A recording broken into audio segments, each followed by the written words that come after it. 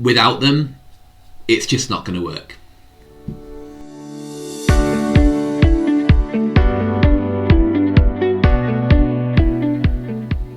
Hello everyone, and welcome back to Chatting Transformation, the podcast that is there to make your change and transformation journey that little bit easier.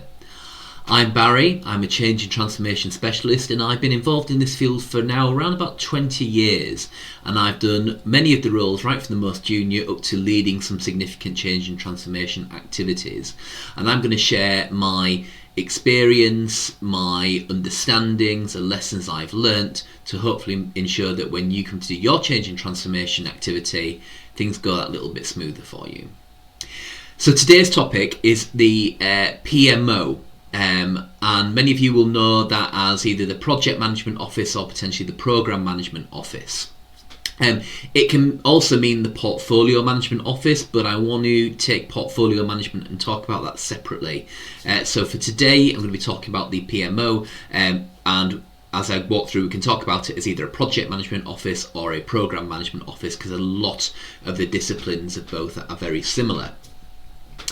So what is the PMO? Well, it's really the hub of the program or the project, and it ensures governance, controls, oversight and compliance are ongoing throughout the program. There's lots of different PMO constructs out there. In big programs, you can have like a central program PMO sometimes, which then has little satellite or spoke PMOs that look after the projects. Or you might have a completely centralised PMO function that supports all programs, like a centralised kind of separate function that you buy into.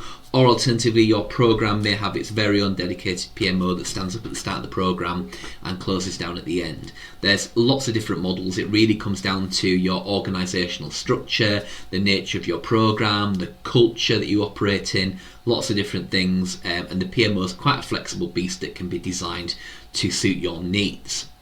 And they can be all different sizes. In some programs you can have a single person who is running the PMO and is doing all of the disciplines of the PMO, or you might have a team, and again that comes down to the complexity and size of the program. So PMOs can be small, big, they can look like lots of different things.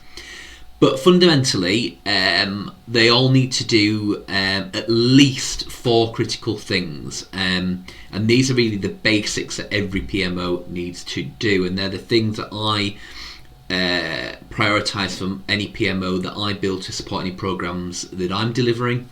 And I want to make sure that these things are running on rails, and then we can look at adding additional disciplines into the PMO. But the 4 for me are, first one is governance and reporting. So running the governance cycle, which is the series of meetings, workshops and boards, and I like to have that structured so that we have a flow through either, like if we're running the program on a monthly cycle, through that month which culminates in the program board, and the meetings kind of flow through to that program board, and I like the PMO to run that and do all the governance and all the administration and secretariat around that, and also or provision of all of the reports that go into all of those meetings and to the boards. I don't, it's a bit of a personal preference, but I don't like people submitting their own reports that have been unchecked and have not been collated using the central MI that the PMO is gathering, and I'll talk about that in a minute. But they're pulling a load of information together, and I want to make sure that that is the information that goes into the reports, not something that a random project manager has come up with in the last 5 minutes and it's going to catch us all out at the next meeting. So governance and reporting, absolutely the number one thing that I want the PMO to cover, and I want that to run on rails, and that includes pre-briefs for meetings, pre-briefs with FSROs, actions, decisions, chasing up actions and actions, making sure decisions are properly recorded and reported, all of that good stuff. I mentioned there that they're pulling together a load of MI that they already have, and then the next 3 kind of elements remaining through the 4 are about collating that MI. So the first one is RAID management, or risks, assumptions, issues and dependencies. I want the PMO to be absolutely all over that. I want the PMO to be absolutely all over the plan and the milestones and what all of that looks like and any change control of the plan.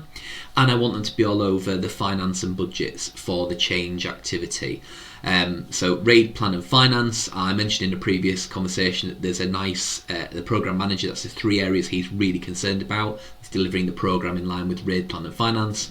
And therefore the PMO is really what he delegates to them, is to pull all of that together and make sure that's running on rails.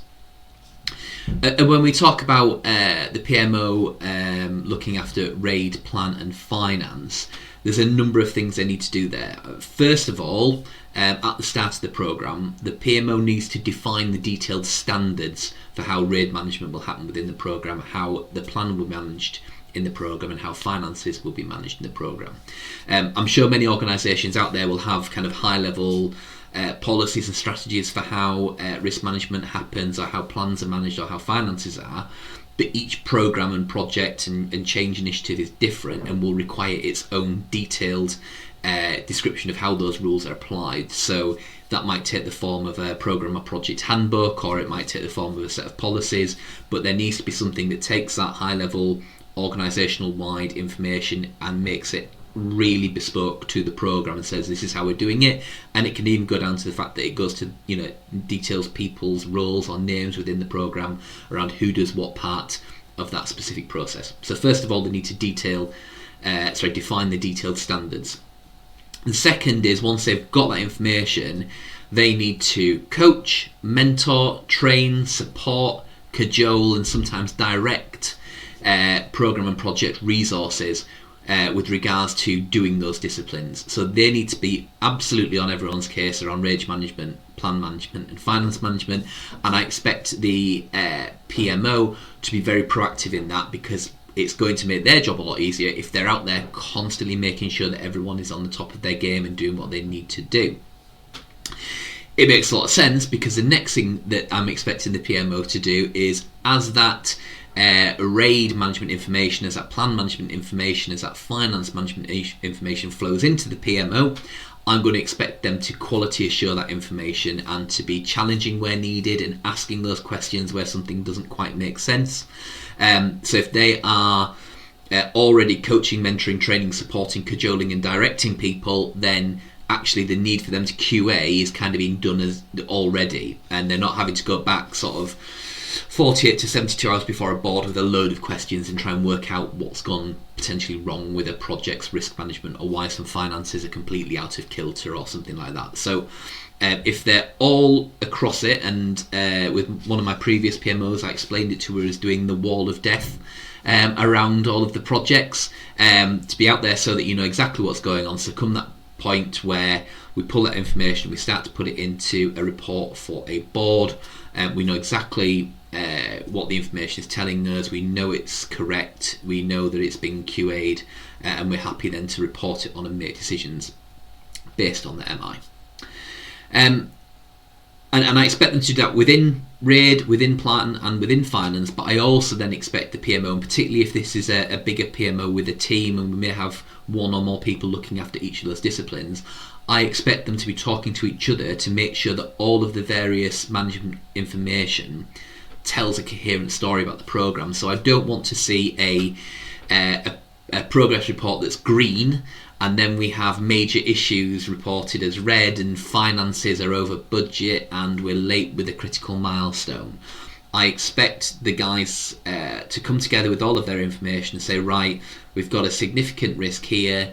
That means that this milestone here is at risk. That means that our progress report maybe needs to not be green but maybe amber, depending on how we've defined the RAG assessment for the programme. And therefore we need to ensure that within the finances we have a placeholder for any potential overspend in order to make this milestone, to recover this milestone. So I would expect the PMO to be looking at that, working with the project managers, working with each other to ensure that all of that management information tells that coherent story. And that really is the kind of core bread and butter of what every PMO needs to do: governance and reporting, RAID, plan and finance. And within that, defining the detailed standards of how it's going to be applied in that programme, coaching, mentoring, training, supporting, cajoling and directing people in line with those standards, QAing the information as it comes in, and then ensuring that there is a coherent story. The PMO can then be looking at doing other things. It might get involved in program communications. It might be looking at resource management. There may be other bits and pieces that the PMO can do, but it needs to absolutely be across those critical basics. And that's the same at the program level as at the project level. That is the critical stuff. And if you're doing it well at the project level, then it should flow through nice and neatly into the program level, and so on and so forth. But yeah, that is effectively PMO and what I expect from a PMO. And what are the things that have gone wrong with a PMO that I've seen previously? Big thing for me that I don't like is a lack of proactivity.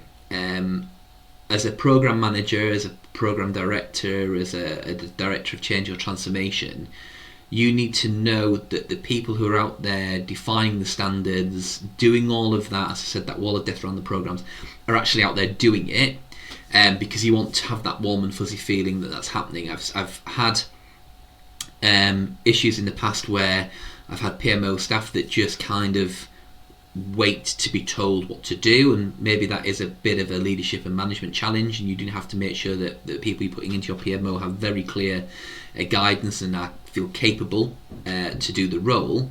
But I've also had people in there who are immensely capable but were very reactive, and unfortunately if you're reactive, it generally means you're too late because the problem has already occurred.